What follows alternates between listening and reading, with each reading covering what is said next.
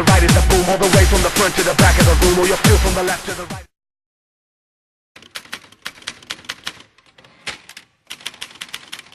bonjour Eric, merci de nous prêter un peu de votre temps. Donc vous êtes le président de l'ESHL, vous avez 40 ans, vous êtes professeur de physique. Et tout d'abord, parce que ça nous intrigue en fait, que signifient ces 4 lettres, ESHL? Eh bien ça signifie entente sportive haute-Lisenne. D'accord. Donc entente sportive, c'est parce que c'est un groupement de villages? Tout à fait, donc ça regroupe au total 14 villages. Alors je vais juste citer donc, les plus importants. Hein.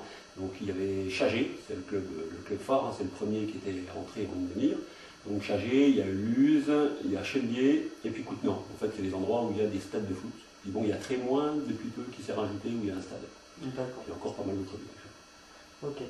Et Haute-Lisenne, pourquoi Haute-Lisenne en fait? Et bien donc le nom de la rivière qui coule dans la majeure partie des villages, c'est la Lisenne, donc on a appelé ça la Haute-Lisenne.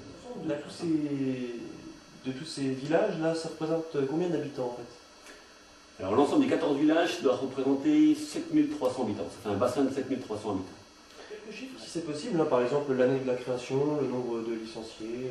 Alors l'année de la création de la Haute-Lisenne, donc c'est en 1987, donc on a fêté 10 ans l'an dernier. Alors au niveau du nombre de licenciés, on a passé un cap cette année, parce qu'on a franchi le cap de 300 licenciés, on est 313 je crois actuellement, en quantité. Le nombre de bénévoles, il y a une soixantaine de bénévoles, c'est quand même un truc qui nous caractérise, il y a 60 personnes qui bossent, on va dire, chaque semaine, et ça doit représenter au niveau chiffre, si je me souviens bien, au niveau volume horaire par semaine, 150 heures. 150 heures hebdomadaires de travail. Bénévoles. Bénévoles, totalement. D'accord. Depuis combien de temps êtes-vous président? Alors, je suis président depuis 1997. J'ai succédé à M. Claude Thévenon, qui était de Chagé. D'accord. Voilà, donc ça fait 10 ans. Hein. Un an après la création du club, en fait. Un an après la création du club, effectivement. Oui. D'accord. Pourriez-vous nous résumer votre parcours de joueur, d'entraîneur, de président, votre parcours dans le club, en fait? Alors, moi, j'ai commencé en tant que joueur, donc c'était avec l'AS Luz. Donc, il y a plus de 20 ans. J'ai joué ensuite, c'était le club, ensuite on s'est associé donc, avec Chagé, donc pour former Chagé Luz, donc j'ai joué encore pas mal de temps. Après, donc j'ai touché un petit peu à tous les maillons au niveau administratif, donc j'ai été secrétaire, j'ai été trésorier également, donc avant de devenir président. Donc j'ai touché un petit peu à tous les rayons au niveau du club, hein, je sais comment ça fonctionne. Voilà. Et c'est peut-être pour ça que vous êtes président maintenant, en fait? Certainement, c'est possible. Jamais vous essayez au rôle d'entraîneur ou... Alors j'ai déjà par le passé, hein, je me suis déjà essayé un petit peu. Bon alors le problème c'est que c'est assez difficile de conjuguer un poste administratif comme président et puis entraîneur. Donc là actuellement ce que je fais surtout c'est que je remplace. Hein, je remplace essentiellement quand il manque quelqu'un, donc c'est moi qui vais dépanner en tant qu'entraîneur. Mais je préfère quand même que ce soit une personne qu'après si jamais il y a des problèmes, il y a des soucis à régler avec des joueurs, bon si on est à la fois président et entraîneur, c'est 2 casquettes à porter, c'est pas très pratique. Donc il vaut mieux que ce soit une autre personne qui vienne régler les problèmes quand il y en a. Parce que des fois le président il va voir les entraîneurs pour leur donner des conseils ou pas du tout? Et puis je vais voir quelquefois les voir pour leur donner des conseils, mais surtout vis-à-vis des joueurs. Des fois il peut y avoir des problèmes entre l'entraîneur et les joueurs. Et souvent moi, je vais essayer d'arrondir les angles entre guillemets pour que ça aille mieux d'un côté comme de l'autre. D'accord. Je crois que vous êtes un des membres les plus actifs de SHL. Quel volume horaire ça représente en fait? Alors moi en ce qui me concerne, je m'étais déjà amusé à faire des petits calculs, ça doit faire une quinzaine d'heures globalement sur l'année par semaine. Par semaine. Donc pour que notre club, donc la Haute-Lisenne, fonctionne, il faut quand même un minimum d'argent je pense, et puis sûrement des terrains, peut-être des employés. Donc cet aspect-là, qu'est-ce que vous en pensez en fait? Alors au niveau finance, au niveau du budget, je peux vous donner quelques chiffres, hein, on a un budget donc pour nos 300 licenciés d'environ 30 000 euros. D'accord. Donc effectivement il faut aller à la pêche au sous régulièrement pour pouvoir faire fonctionner notre club correctement. Alors au niveau des terrains, en ce qui concerne les terrains, on a 5 terrains à entretenir, enfin il y en avait 4, il y en a un qui s'est greffé là, très récemment.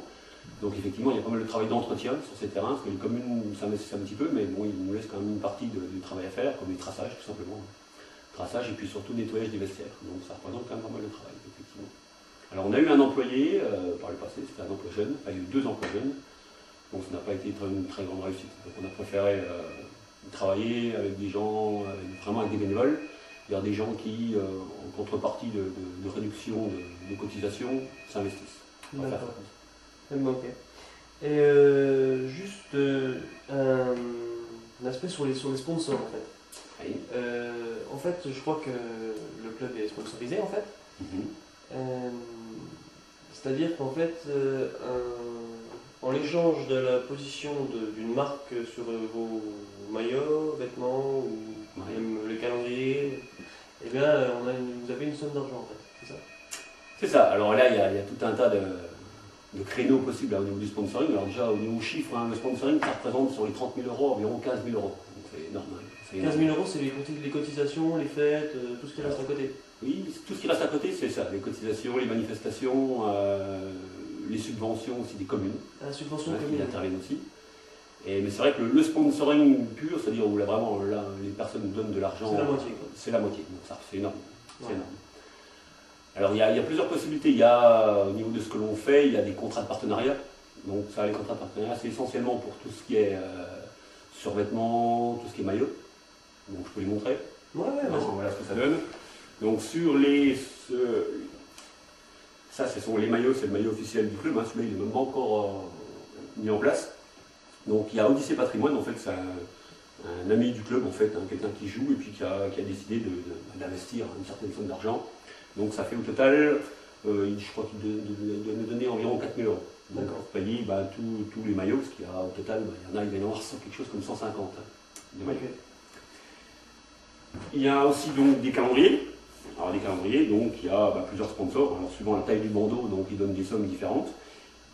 Et puis après il faut aller à la chasse un petit peu aux sponsors pour essayer d'avoir de décrocher un petit encart. Donc, pour une petite idée, je crois que ça doit être 65 euros le petit encadré. D'accord. Et puis donc on a aussi des sponsors, voilà, comme si c'est la STPI donc, de Ronchamp qui lui donne, on va dire plus par affinité, nous donne de l'argent pour essayer d'équiper des survêtements, donc essentiellement sur les gamins. Parce que là, ce qu'il aime, c'est d'avoir les gamins qui soient contents et puis qui portent un petit peu les couleurs de l'entreprise. Okay. Et puis donc on a dans le même registre, on a des panneaux publicitaires qui sont autour des stades. Donc là on fait passer des petits contrats de partenariat avec les gens, des contrats sur 3 ans, qui n'engagent pas quelque chose de vraiment ferme, mais ce qui permet de récupérer aussi pas mal d'argent. Les sponsors ne sont pas les mêmes d'année en année en fait, si, quand même un peu.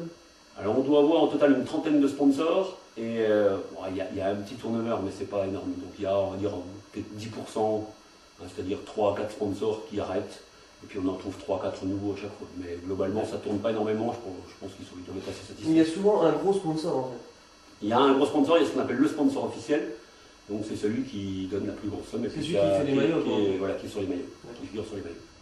Alors les sponsors aussi, pareil, pour les récompenser entre guillemets, je crois qu'on a une manifestation comme un repas dansant.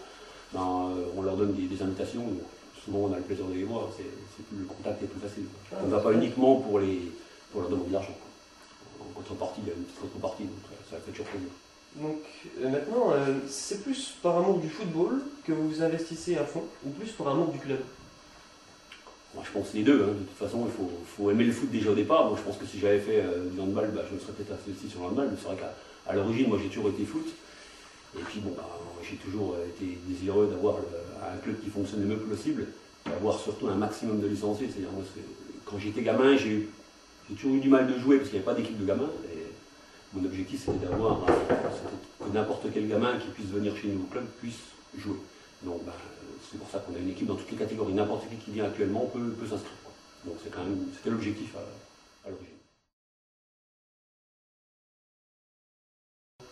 Ça reste on n'a pas une réputation Non, on n'a pas une réputation de club qui pose des problèmes au niveau de la mentalité. Au niveau de l'agressivité, de la violence, on a quand même très très peu de soucis. Ok. C'est quand même une chose essentielle. C'est très important, en plus c'est à la mode. Actuellement, il vaut mieux essayer de cadrer. Sans le bénévolat, le club ne survivra pas en fait. Il n'aura aucune chance, absolument aucune chance. Ça, le bénévolat, heureusement que ça existe pour les petits clubs parce que sinon. Heureusement, mais c'est vrai qu'on est par rapport à ce qu'on peut entendre de la part d'autres clubs, on est quand même assez bien outillé. Avec nos 60 personnes, c'est vrai qu'on a quand même beaucoup de monde qui s'investissent et c'est vraiment un plaisir de travailler avec eux. Merci, mais avant de nous quitter, une dernière question en fait. Est-ce que vous croyez en l'avenir du club? Bah écoutez, oui, il vaut mieux y croire. Hein, quand on passe autant de temps que certaines personnes peuvent passer au milieu du club pour le faire fonctionner, bon, il faut avoir la foi de toute façon. Donc il faut croire à un objectif. Et l'objectif, c'est quand même d'avoir un maximum de gamins qui jouent. C'est quand même une satisfaction qui est importante. Une grande satisfaction. C'est une grande satisfaction. Et quand on vous acclame dans les vestiaires, c'est une grande satisfaction? Également, ça fait toujours plaisir, c'est sûr. Ça fait toujours plaisir. Il vaut mieux que ce soit comme ça que d'avoir les critiques. C'est clair. Ah bah de toute façon. Et les critiques, ça fait mal quand même. Quand on s'investit Oui, comme ça 15 heures par semaine. Oui, ça fait mal, mais bon, il n'y en a pas énormément. Ouais. Globalement, on arrive j'arrive à gérer ça sans trop de problèmes. Il y a quand même peu de problèmes. Ok. Ben, merci Président pour cet entretien et puis longue vie au Pilsen. Merci. C'est moi.